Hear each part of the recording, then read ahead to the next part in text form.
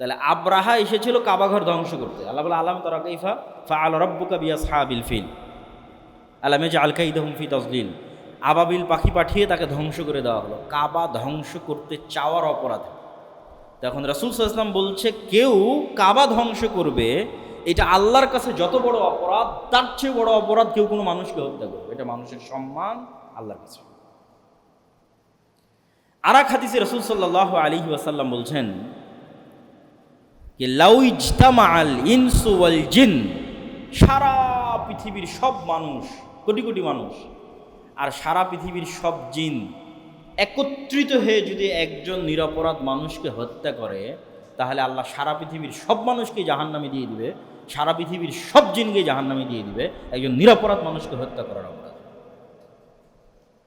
এইটা বিবেচনায় আসবে না, আরে সারা পৃথিবীর সব মানুষ মিলে হত্যা করেছে তো কী হয়েছে? না, একটা মানুষের সম্মান আল্লাহর কাছে এত বেশি।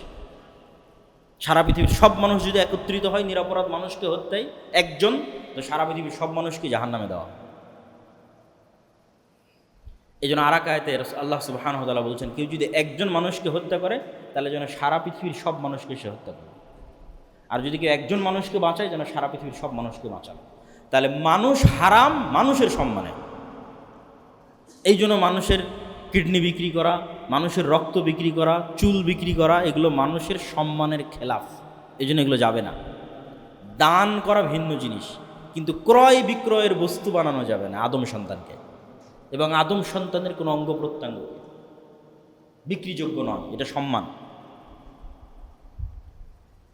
তাহলে এতক্ষণ যাবৎ আমরা যেটা আপনাদের সামনে তুলে ধরার চেষ্টা করলাম সেটা হচ্ছে হারাম সম্মানের কারণে হয়ে থাকে। আর আমরা আজকে যে আলোচ্য বিষয়বস্তুর মধ্যে আছি সেটা হচ্ছে মাস হারাম। তাহলে পরপর 3 মাসের আমরা তৃতীয় মাস মুহররম মাসে অবস্থান করছি। এর একটা হারাম মাস। এই হারাম মাসের 10 তারিখের বিশেষ গুরুত্ব কি? 1 নম্বর গুরুত্ব তো আমরা হারাম মাসের মধ্যে আছি, এটা নিজেই একটা গুরুত্ব। 2 নম্বরের বিশেষ গুরুত্ব আছে মুহররম মাসের 10 তারিখের। যদিও আমাদের পেপার পত্রিকা, রাষ্ট্রপ্রধান প্রধানমন্ত্রীর বাণী, জাতীয় অনুষ্ঠান সব কিছু পালিত হবে অথবা উদযাপিত হবে কারবালা কেন্দ্রিক। আশুরা মুহররম, দ্যাট মিন্স কারবালা। এটা ঠিক যে মুহররম মাসের 10 তারিখে কারবালায় একটা ঘটনা ঘটেছিল, যেটাও আমরা বলবো, কিন্তু সেই ঘটনাটা ঘটেছিল রাসূল সাল্লাল্লাহু আলাইহি ওয়াসাল্লামের মৃত্যুর প্রায় 50 বছর পরে। তাহলে রাসূল সাল্লাল্লাহু আলাইহি ওয়াসাল্লামের মৃত্যুর পরে যে ঘটনা ঘটবে সেই ঘটনা শরীয়তের অন্তর্ভুক্ত হওয়ার আর চান্স নাই। এটা যদি আমি বুঝাতে না পারি এটা আমার ব্যর্থতা। যে মুহাম্মদ সাল্লাল্লাহু আলাইহি ওয়াসাল্লাম মারা গেছে মানে ওহীর দরজা বন্ধ হয়ে গেছে। কোরআন ইজ কমপ্লিট, হাদিস ইজ কমপ্লিট। যত আইন, ল, শারিয়া, বিধিবিধান, হালাল হারাম, সুন্নাত, ফরজ সব কমপ্লিট। এখন মুহাম্মদ সাল্লাল্লাহু আলাইহি ওয়াসাল্লামের মৃত্যুর 1 সেকেন্ড পরেও পাল্টা আবার কোনো কিছু ইসলামের মধ্যে ঢুকবে, এটার সুযোগ নাই। কিন্তু ঢুকতে হলে তো মুহাম্মদ সাল্লাল্লাহু আলাইহি ওয়াসাল্লামের মুখ দিয়ে ঢুকতে হবে। হয় কোরআনের আয়াত নাই হাদিস, উনি তো নাই। তাহলে যে ঘটনাটা ওনার মৃত্যুর 50 বছর পরে ঘটতেছে সেটার তো আর কোনো চান্সই নাই যে এটা ইনক্লুডেড হবে ইসলামী শরিয়ার মধ্যে। ইসলামী শরিয়ার ফরজ, নফল, সুন্নাতের মধ্যে ইনক্লুডেড হবে, সংযুক্ত হবে, এটার কোনো চান্স নাই। কেন? ঘটনা ঘটতেছে 50 বছর পর। ঘটনা যতই হৃদয় বিদারক হোক, ঘটনা যতই কষ্টদায়ক হোক, কিন্তু ওই ঘটনার ইসলামী শরিয়ার অন্তর্ভুক্ত হওয়ার, সুন্নাত, নফল, ফরজ হওয়ার আর কোনো চান্স নেই। তাহলে এতটুকু নিশ্চিত যে আশুরা মুহররম নিয়ে যদি কোনো হাদিস থেকে থাকে অবশ্যই সেটা কারবালা নিয়ে হবে না। আশুরা মুহররম নিয়ে যদি কোনো কোরআনের আয়াত থেকে থাকে অবশ্যই সেটা কারবালা নিয়ে হবে না। কেন? এটা ঘটতেছে কোরআন অবতীর্ণ হওয়া শেষ হওয়ার পরে, হাদিস অবতীর্ণ হওয়া শেষ হওয়ার পরে কতদিন? 50 বছর পর। তাহলে আশুরা মুহররম মাসের 10 তারিখের কোনো কিছু যদি শরীয়তের অন্তর্ভুক্ত হয়ে থাকে মুহাম্মদ সাল্লাল্লাহু আলাইহি ওয়াসাল্লামের মুখ দিয়ে অথবা কোরআনের আয়াত দিয়ে, তাহলে কারবালা বাদে অন্য কিছু। এতটুকু নিশ্চিত। সেটা কি? সেটা হচ্ছে রাসূল সাল্লাল্লাহু আলাইহি ওয়াসাল্লাম যখন মক্কা থেকে মদিনায় হিজরত করলেন, মক্কায় বসবাস করত মুশরিকেরা। আহলে কিতাবের সংখ্যা মক্কায় তেমন একটা ছিল না। আহলে কিতাব মানে যারা আল্লাহর কিতাব পেয়েছে, নবী পেয়েছে। তো মক্কার মানুষ ইসমাইল আলাইহিস সালামের পর থেকে মুহাম্মদ সাল্লাল্লাহু আলাইহি ওয়াসাল্লাম পর্যন্ত কোনো নবী পায়নি, কোনো কিতাবও পায়নি। ইসমাইলের বংশে মুহাম্মদ সাল্লাল্লাহু আলাইহি ওয়াসাল্লাম ছাড়া কেউ নবীর দাবিই করে না। তাহলে ইসমাইলের পরে প্রায় 3000 বছর কোনো নবী নাই, কোনো কিতাব নেই। কিন্তু ইব্রাহিম এবং ইসমাইলের স্মৃতি আছে, তাদের রেখে যাওয়া কিছু নিয়ম কানুন আদর্শ অবিকৃত অবস্থায় আছে। তো মুহাম্মদ সাল্লাল্লাহু আলাইহি ওয়াসাল্লাম যখন মক্কা থেকে হিজরত করে মদিনায় গেলেন, মদিনায় আহলে কিতাবরা ছিল, খ্রিস্টানরা ছিল, ইহুদিরা ছিল। তো ইহুদিরা একটা দিনে সিয়াম পালন করে, এখনও করে, ইয়ম কিপ্পুর নামে। ইহুদিরা ওই দিনে রোজা রাখে। তো রাসূল সাল্লাল্লাহু আলাইহি ওয়াসাল্লাম বললেন, এটা কিসের সিয়াম তোমরা এই দিনে রোজা রাখতেছো? তো বলে, এই দিন সেই দিন যেই দিন আল্লাহ সুবহানাহু ওয়া তাআলা মূসা আলাইহিস সালাতু ওয়াস সালামকে মুক্তি দিয়েছিলেন ফিরআউনের কবল থেকে। যেমন কোরআনের আয়াতে আল্লাহ বলছে, ওয়াইয নাজ্জাইনাকুম মিন আলি ফিরআউন ইয়াসুমুনাকুম সুআল আযাব ইউযাববিহুনা আবনাকুম ওয়া ইস্তাহইয়ুনা নিসাআকুম ওয়া ফি যালিকুম বালাউম মির রাব্বিকুম আযীম। হে বানু ইসরাইল, স্মরণ করো সেই দিনের কথা, ওয়াইয নাজ্জাইনাকুম মিন আলি ফিরআউন, যেদিন ফিরআউনের কবল থেকে আমি আল্লাহ তোমাদের মুক্তি দিয়েছিলাম। কোন ফিরআউন জানো? ইউযাববিহুনা আবনাকুম, তোমাদের ছেলে সন্তানদের জবাই করতো ওই ফিরআউন। ওয়া ইস্তাহইয়ুনা নিসাআকুম, আর তোমাদের মেয়েদের বাঁচিয়ে রাখতো ওই ফিরআউন। ছেলেদের কেন হত্যা করতো, মেয়েদের কেন বাঁচিয়ে রাখতো? ছেলেদের হত্যা করতো এই আশঙ্কায় যে বানু ইসরাইলের মধ্যেই ওই ছেলের জন্ম হবে যার হাতে ফিরআউনের পতন হবে, এই আশঙ্কায় ছেলেদের হত্যা করতো। মেয়েদের বাঁচিয়ে রাখতো কেন? একটা কওমের কে যে গোলাম বানানো হয়েছে এর সবচেয়ে বড় আলামত তখন ফুটে ওঠে যখন ওই কওমের মেয়েরা গোলাম, দাসী। একদিকে পুরুষ হত্যা আর একদিকে মেয়েদেরকে দাসী হিসেবে ফিরআউন এবং তার যারা লোকজন আছে তারা ব্যবহার করবে, কাজ করাবে। এর চেয়ে বড় অপমান আর কি হতে পারে? তো এইরকম ভয়াবহ ফিরআউনের কবল থেকে আমি তোমাদের মুক্তি দিয়েছি। ওয়াইদ ফারাকনা বিকুমুল বাহরা, যখন আমরা সমুদ্রকে চিরে দিয়েছিলাম। ওয়াগরাকনা আলা ফিরআউন, আর ওই সমুদ্রে ফিরআউন এবং তার সেনাবাহিনীকে ডুবিয়ে দিয়েছিলাম। তো পৃথিবীর ইতিহাসে যতগুলো বড় ঘটনা হতে পারে, বড় ঘটনা, তার মধ্যে একটা বিশাল বড় ঘটনা হচ্ছে সমুদ্র চিরে রাস্তা তৈরি হয়ে একদল মানুষ মুক্তি পাচ্ছে, আর ওই রাস্তার মধ্যে আর এক পৃথিবীর সবচেয়ে প্রতাপশালী শাসকদের একজন ডুবে মরতেছে এট এ টাইম, একই সময়ে। যে পৃথিবীর ইতিহাসের বড় ঘটনাগুলোর একটা বড় ঘটনা। তো রাসূল সাল্লাল্লাহু আলাইহি ওয়াসাল্লাম বললেন, যদি এই দিন সেই দিন হয়ে থাকে তাহলে আনা আহাক্কু বিমূসা মিনকুম, তাহলে মূসার খুশিতে খুশি হওয়ার হকদার আমি বেশি তোমাদের চাইতে। অতএব এই দিনে আমিও সিয়াম পালন করি। তাহলে মুহররমের 10 তারিখ তথা আজকে আমরা যেই দিনে অবস্থান করছি, আজ শুক্রবার মুহররম মাসের 10 তারিখে আমরা অবস্থান করছি, এই 10 তারিখ শরীয়তের মধ্যে ইনক্লুডেড যেই বিধান নিয়ে, কানেক্টেড যেই বিধান নিয়ে, সেই বিধানটার নাম হচ্ছে আজকের দিনে আল্লাহ মূসা আলাইহিস সালাতু ওয়াস সালামকে নাজাত দিয়েছিলেন, ফিরআউনকে ডুবিয়েছিলেন। সেটার শুকরিয়া স্বরূপ মূসা আলাইহিস সালাম প্রতি বছর এই দিনে সিয়াম পালন করতেন, এই দিনে সিয়াম পালন করতেন। তারই শুকরিয়া স্বরূপ মুহাম্মদ সাল্লাল্লাহু আলাইহি সাল্লাম এই দিনে সিয়াম শুরু করেছেন। মানুষ যেন মনে না করে যে হুবহু আহলে কিতাবের অনুসরণ হচ্ছে, এই জন্য এর আগে অথবা এর পরে আর একদিন তিনি বাড়িয়ে দিয়েছেন। তাহলে আশুরা মুহররম মাসের 10 তারিখ মূসা আলাইহিস সালামের মুক্তির জন্য স্মরণীয়, ফিরআউনের ধ্বংসের জন্য স্মরণীয়। এবং ওই শিক্ষাটা আমাদের নিতে হবে যে এই দিনটা যদি আমি স্মরণ করতে চাই তাহলে শিক্ষায় কোথায় ফিরে যেতে হবে? মূসার ফিরআউনের ঘটনা, যেটা আজকে আমাদের জন্য এই জুমার খুতবায় আলোচনা করা অনেক সময় সাপেক্ষ ব্যাপার। আমি আগের বহু বক্তব্যে বানু ইসরাইলের লম্বা ইতিহাস আলোচনা করেছি এবং বানু ইসরাইলের ইতিহাস থেকে আমাদের জন্য কী শিক্ষণীয়তা আলোচনা করেছি। তো আমরা আজকের দিন থেকে যদি কোনো শিক্ষা নিতে চাই, এই শিক্ষাটা মূসার ফিরআউনের পুরো জীবনী থেকে নিতে হবে। কেন আল্লাহ কোরআন যেই নবীর ঘটনা দিয়ে পরিপূর্ণ করে রেখেছে, সবচেয়ে বেশি কোরআনে যেই নবীর ঘটনা আলোচিত হয়েছে সেটা মূসার ফিরআউন।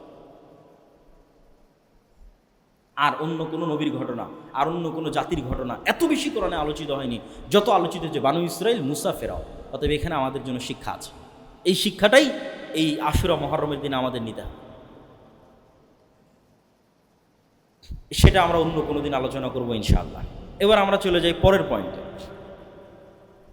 তাহলে আশুরা মুহররমের যেই স্মৃতিটা আমরা লালন করতেছি, যে কারবালার স্মৃতি, সেটার হাকিকাত কতটুকু, সেটার বাস্তবতা কতদূর? কারবালা কেন্দ্রিক যেই ঘটনা, এই ঘটনাটা ঘটতেছে 61 হিজরিতে। রাসূল সাল্লাল্লাহু আলাইহি ওয়াসাল্লামের মৃত্যুর পরে উনি কোনো খলিফা নির্ধারণ করে যাননি যে আমার পরে উমুকে খলিফা হবে, কোনো নাম নির্ধারণ করেন। 3 দিন লেগেছে সাহাবীদের ফাইসালা করতে, পরবর্তী খলিফা আবু বকর রাদিয়াল্লাহু তাআলা। আল্লাহর নবী যদি বলেই যেতেন অমুক খলিফা, তাহলে খেলাফতের যে সিস্টেম, এই সিস্টেমটা তৈরি হতো না।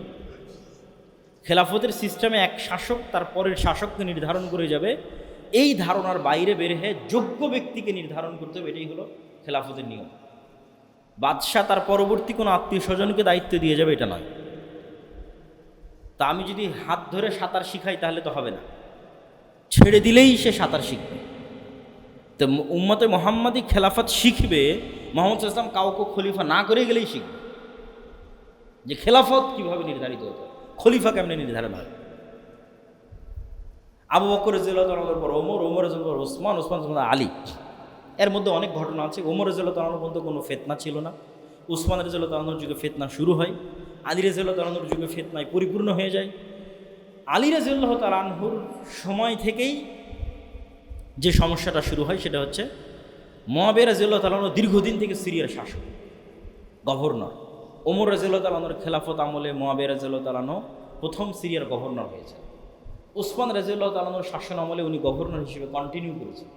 তো মুআবিয়া রাদিয়াল্লাহু তাআলার যে সৎ শাসন, এই সৎ শাসনে সিরিয়ার মানুষ তার ভক্ত হয়ে গেছে। তার যে ন্যায়পরায়ণতা, আদালত, তার যে চিন্তা চেতনা, উচ্চ চিন্তা ভাবনা। তো দীর্ঘ 20-30 বছর মুআবিয়া রাদিয়াল্লাহু তাআলা সিরিয়ার শাসক, সৎ এবং ন্যায়পরায়ণ গভর্নর হিসেবে। তো এই জন্য সিরিয়ার মানুষের পক্ষে অন্য কাউকে মুআবিয়াকে বাদ দিয়ে মেনে নেওয়া খুব কঠিন ছিল। যে কোনো একজন খলিফা এসে মুআবিয়াকে বাদ দিবে এবং ওই জায়গায় আরেকজন গভর্নর করবে, এটা খুব কঠিন ছিল সিরিয়ার মানুষের জন্য। তাহলে সিরিয়ার মানুষেরা আদিকাল থেকেই মুআবিয়া রাদিয়াল্লাহু তাআলার ভক্ত। আর যারা নিজেদেরকে শিয়া দাবি করে, এরা আলী রাদিয়াল্লাহু তাআলার ভক্তি এবং শ্রদ্ধার দাবি করে। ফলত যুগ যুগ থেকে যারা শিয়া, তারা সিরিয়ার মানুষকে সহ্য করতে পারে না। যেমন লাস্ট যে বাশার আল আসাদ বা যারা ছিল, যে সিরিয়ার মানুষকে সহ্য করতে না পারার কারণ কি? ইরান সিরিয়ার মানুষকে সহ্য করতে পারে না। এটা ওই 1400 বছর আগের হিস্ট্রি। কেন 1400 বছরের লিগ্যাসি ধরে রেখে এখনও সিরিয়ার মানুষেরা মুআবিয়া, আবু সুফিয়ান তাদেরকে ভালোবাসে। কিন্তু তাদেরকে ভালোবাসতে গিয়ে যদি কেউ আলী রাদিয়াল্লাহু তাআলাকে ছোট করে, তাহলে ওটাকে বলা হয় নাসিবি। ওটাও বাতিল ফিরকা, ওটাও একটা বাতিল ফিরকা। শিয়া যেমন একটা বাতিল ফিরকা, নাসিবি একটা বাতিল ফিরকা। ভারসাম্য বজায় রাখতে হবে। রাসূল সাল্লাল্লাহু আলাইহি ওয়াসাল্লামের সাহাবী মুআবিয়াও, রাসূল সাল্লাল্লাহু আলাইহি ওয়াসাল্লামের সাহাবী আলীও রাদিয়াল্লাহু তাআলা, কারো প্রতি বিদ্বেষ রাখা যাবে না। তো আমি ঘটনা প্রবাহ তুলে ধরতেছি। তো মুআবিয়ার পরে সর্বপ্রথম পিতার পরে পুত্র খলিফা হবে, এই সিস্টেমটা চালু হয়। তিনি তার ছেলে ইয়াজিদকে দায়িত্ব দেন। তো ইয়াজিদের হাতে মোটামুটি মক্কা মদিনা বাদে সারা ইসলামী বিশ্বের সবাই বায়াত করে ফেলেছে। সমগ্র ইসলামী বিশ্বের সবাই ইয়াজিদের হাতে বায়াত করে ফেলেছে। অনেক বড় বড় সাহাবী বায়াত করেছে, কিন্তু মক্কা এবং মদিনার মানুষরা বায়াত করে। মক্কা এবং মদিনার মানুষের এটা পছন্দ হয়নি যে শাসকের পরে তার ছেলে শাসক হবে, এবং মক্কা মদিনা তখন বড় বড় সাহাবীরা ছিলেন। কিন্তু তারা আর নতুন কারো হাতে বায়াত নিবে এরকমও হয়নি, যদিও পরবর্তীতে আব্দুল্লাহ বিন জুবাইরের হাতে মক্কার মানুষ বায়াত নিয়েছে, আর মদিনার মানুষেরা কারো হাতে বায়াত নেয়নি। সর্বশেষে তারা ইয়াজিদ এবং উমাইয়া খলিফা তাদের হাতে বায়াত নেয়। তো কুফার মানুষেরা চিঠি লেখে হুসাইন রাদিয়াল্লাহু তাআলা আনহুর কাছে যে আমরা আপনার হাতে বায়াত নিতে চাই, আপনি কুফায় আসেন, আপনাকে আমরা খলিফা হিসেবে নির্ধারণ করতে চাই। তো মদিনায় অবস্থান করা আবদুল্লাহ বিন ওমর, আবদুল্লাহ বিন আব্বাস, তারা মদিনায়, তারা সবাই হুসাইন রাদিয়াল্লাহু তাআলা আনহুকে বুঝান যে এই কুফার মানুষ আপনার বাবার সাথে গাদ্দারি করেছিল, এদের প্ররোচনায় পা দিয়ে আপনি মদিনা ছেড়ে যায়েন না, এরা আবার আপনার সাথে গাদ্দারি করবে, মুনাফিক। কিন্তু এই পরিমাণ চিঠি কুফা থেকে হোসেন রাদিয়াল্লাহু তাআলা রিসিভ করেন যে উনি বিশ্বাস করেন যে না, কুফার মানুষের উপর ভরসা করা যায়। তো উনি ওনার চাচাতো ভাইকে প্রথম পাঠিয়েছিলেন, সেও পজিটিভ নিউজ দেয় যে না, আসেন কুফার মানুষ আপনার পাশে দাঁড়ান। কিন্তু যখন হোসেন রাদিয়াল্লাহু তাআলা তার পরিবার পরিজনকে নিয়ে রওনা করলেন কুফার উদ্দেশ্যে, ততদিনে কুফার মানুষ তার আসল চেহারা দেখিয়ে ফেলেছে। তারা যেই গাদ্দারি, যে মুনাফিকি তার পিতার সাথে করেছে, একই গাদ্দারি মুনাফিকি হোসেন রাদিয়াল্লাহু তাআলার সাথে করেছে। হোসেন রাদিয়াল্লাহুর পাশে এসে যে দাঁড়াবে, তাকে যে বাঁচাবে, তার জন্য লড়াই করবে, কিচ্ছু করেনি। জাস্ট ফাও চিঠি পাঠিয়ে দাওয়াত দিয়ে রেখে, মানে আমাদের বাংলা ভাষায় বলে যে মই দিয়ে গাছে উঠাই দিলাম, পরে মইটা নিয়ে নিলাম। তো ইয়াজিদের পক্ষ থেকে আদেশ ছিল হোসাইনকে কুফায় প্রবেশ করতে দেওয়া যাবে না, রাদিয়াল্লাহু তাআলা হত্যার কোনো আদেশ ইসলামের ইতিহাসে প্রমাণ পাওয়া যায় না। যে হোসাইন রাদিয়াল্লাহু তাআলাকে হত্যা করতে হবে মর্মে কোনো আদেশের ডকুমেন্ট নাই। আদেশ হচ্ছে তাকে কুফায় প্রবেশ করতে দেওয়া হবে না, কেন কুফায় প্রবেশ করলে বায়াত হবে, বায়াত করলে সে নতুন খলিফা হবে, ফিতনা তৈরি হবে, এটা তার জন্য রিস্ক। কিন্তু স্থানীয় যারা শাসক ছিল, গভর্নর ছিল উবাইদুল্লাহ বিন জিয়াদ, তারা যখন হোসেন রাদিয়াল্লাহু তাআলার সাথে যুদ্ধে সম্মুখ সমরে যখন যায়, তখন তারা হোসেন রাদিয়াল্লাহু তাআলার যে সম্মান এবং যে মর্যাদা রক্ষা করার কথা সেটা রক্ষা করতে পারেনি, বরং হোসেন রাদিয়াল্লাহু পরিবার পরিজনের মোটামুটি পুরুষ যারা ছিল তাদের সবাইকে সেখানে হত্যা করা হয়।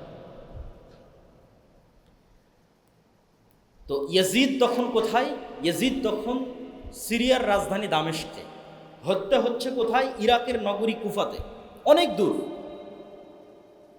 ধরেন আমি বসে আছি দিল্লিতে, যুদ্ধ হচ্ছে বাংলাদেশে। আমি বাংলাদেশে আছি, আমি নিজে যুদ্ধ করছি, এরকম নয়। তো ইয়াজিদ সরাসরি যুদ্ধে কানেক্টেড, অথবা সে যে শহরে আছে সেই শহরে যুদ্ধ হচ্ছে, এরকম নয়। এই জন্য আহলুস সুন্নাত ওয়াল জামাতের যেটা আকীদা এবং বিশ্বাস, সেটা হচ্ছে ইয়াজিদ আর 10টা মুসলিম শাসকের মতো শাসক, খলিফায়ে রাশেদাদের মতো তার প্রশংসা করার সুযোগ নাই। কেননা সে সাহাবিও নয় যে তারা আমার প্রশংসা করতে হবে। আর ইয়াজিদ থেকে শুরু করে পরবর্তীতে অনেক শাসক, উমাইয়া খলিফা হোক আর আব্বাসি খলিফা হোক, ভালো মন্দ মিশিয়েই শাসক ছিল, জুলুম অত্যাচার মিলিয়েই শাসক ছিল। যেমন হাজ্জাজ বিন ইউসুফ, জুলুম অত্যাচার মিলিয়েই শাসক ছিল। তো এই যে ঘটনা, এই ঘটনা দুঃখজনক, হৃদয় বিদারক। কেননা হোসেন রাদিয়াল্লাহু তাআলা এবং হাসান রাদিয়াল্লাহু তাআলাকে রাসূল সাল্লাল্লাহু আলাইহি ওয়াসাল্লামের ভাষায় জান্নাতের সর্দার হিসেবে ঘোষণা করা হয়েছে, এবং তার রাসূল সাল্লাল্লাহু আলাইহি ওয়াসাল্লামের অনেক দিক থেকে কানেক্টেড। এক, রাসূল সাল্লাল্লাহু আলাইহি ওয়াসাল্লামের আপন চাচা আবু তালেবের ছেলে, আলীর ছেলে, চাচাতো ভাইয়ের ছেলে, আপন চাচাতো ভাইয়ের ছেলে, একদিক থেকে কানেক্টেড। দুই, আপন মেয়ের ছেলে, ফাতিমা রাদিয়াল্লাহু তাআলার ছেলে, এবং রাসূল সাল্লাল্লাহু আলাইহি ওয়াসাল্লামের আদর, সেবা এবং যত্ন এবং স্নেহে মানুষ হয়েছে। যেহেতু রাসূল সাল্লাল্লাহু আলাইহি ওয়াসাল্লামের নিজের কোনো ছেলে বেঁচে ছিল না, ফলত মেয়ের ছেলেরাই তার কাছে সবসময় থাকতো, নানার কাছে নাতি নাতনিরাই বেশি থাকতো। তাহলে নিজের ছেলের মতো করেই তিনি হাসান এবং হোসেন রাদিয়াল্লাহু তাআলাকে মানুষ করেছেন। ফলত এটা অবশ্যই হৃদয় বিদারক, দুঃখজনক। কিন্তু এটাও মাথায় রাখতে হবে যে কোনো হৃদয় বিদারক দুঃখজনক ঘটনার যদি পলিটিসাইজ করা হয়, রাজনীতিকরণ করা হয়, আমি ওই রাজনীতির পাঠ হব কিনা। তো এইটা রাজনীতিকরণ কিনা তার উদাহরণ কই থেকে পাবেন? আবু বকর রাদিয়াল্লাহু তাআলা স্বাভাবিক মারা গেছে, আমাদের কোনো অবজেকশন নাই, কিন্তু ওমর রাদিয়াল্লাহু তাআলাকে তো হত্যা করা হয়েছে। তো ওমর রাদিয়াল্লাহু তাআলা আনহুর হত্যা সম্মানের দিক থেকে বেশি হৃদয় বিদারক, না হাসান এবং হোসেন রাদিয়াল্লাহু তাআলার হত্যা বেশি হৃদয় বিদারক? 2 নম্বর, উসমান রাদিয়াল্লাহু তাআলা আনহু কোরআন পাঠরত অবস্থায় সমগ্র মদিনা ঘেরাও করে কোরআন পাঠরত অবস্থায় তাকে হত্যা করা হয়েছে। তিনি হৃদয়ের আবেগ নিয়ে তার বাড়ির ছাদে দাঁড়িয়ে বলেছেন, মানুষেরা, ওই কুয়ার পানি তোমরা আমাকে পান করতে দিচ্ছ না, যেই কুয়া আমি ওসমান গনি আমার টাকা দিয়ে রাসূল সাল্লাল্লাহু আলাইহি ওয়াসাল্লামের যুগে কিনে দিয়েছি। ওই মসজিদে তোমরা আমাকে সালাত আদায় করতে যেতে দিচ্ছ না, যেই মসজিদ রাসূল সাল্লাল্লাহু আলাইহি ওয়াসাল্লামের সাথে আমরা তৈরি করেছি। তো উসমান রাদিয়াল্লাহু তাআলাকে যে কোরআন পাঠরত অবস্থায় হত্যা করা হলো, সম্মানের দিক থেকে ওসমান রাদিয়াল্লাহু তাআলা আনহুর হত্যা বেশি হৃদয় বিদারক না হোসেন রাদিয়াল্লাহু তাআলা আনহুর হত্যা বেশি হৃদয় বিদারক? তো তাহলে ওসমান রাদিয়াল্লাহু তাআলা আনহু কোন দিন মারা গেল, সেই দিনের শোক কোথায়?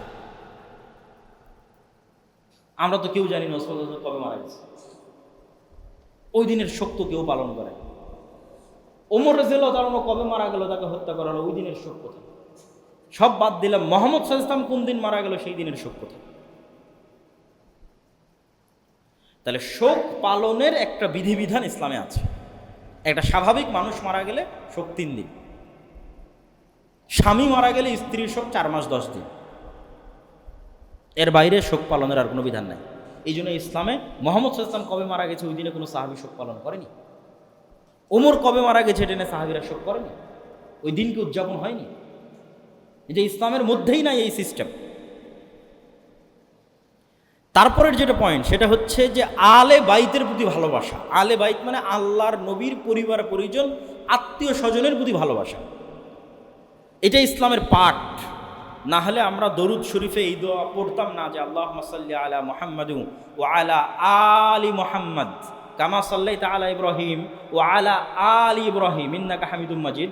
আল্লাহ ইব্রাহিমের পরিবারের উপরে যেমন দয়া রহমত বর্ষণ করেছেন, ওই রকম দয়া রহমত বর্ষণ করেন আমার নবী মুহাম্মদ সাল্লাল্লাহু আলাইহি ওয়াসাল্লামের পরিবারের উপর। তো এটা তো আল্লাহ নবীর পরিবারের উপর ভালোবাসা থেকে আমরা দরুদ পাঠ করি। কিন্তু আল্লাহর নবীর পরিবার মানে নট অনলি হুসাইন রাদিয়াল্লাহু তাআলা আনহু। কেন নট অনলি হুসাইন? আপনাকে মিলিয়ে দিই।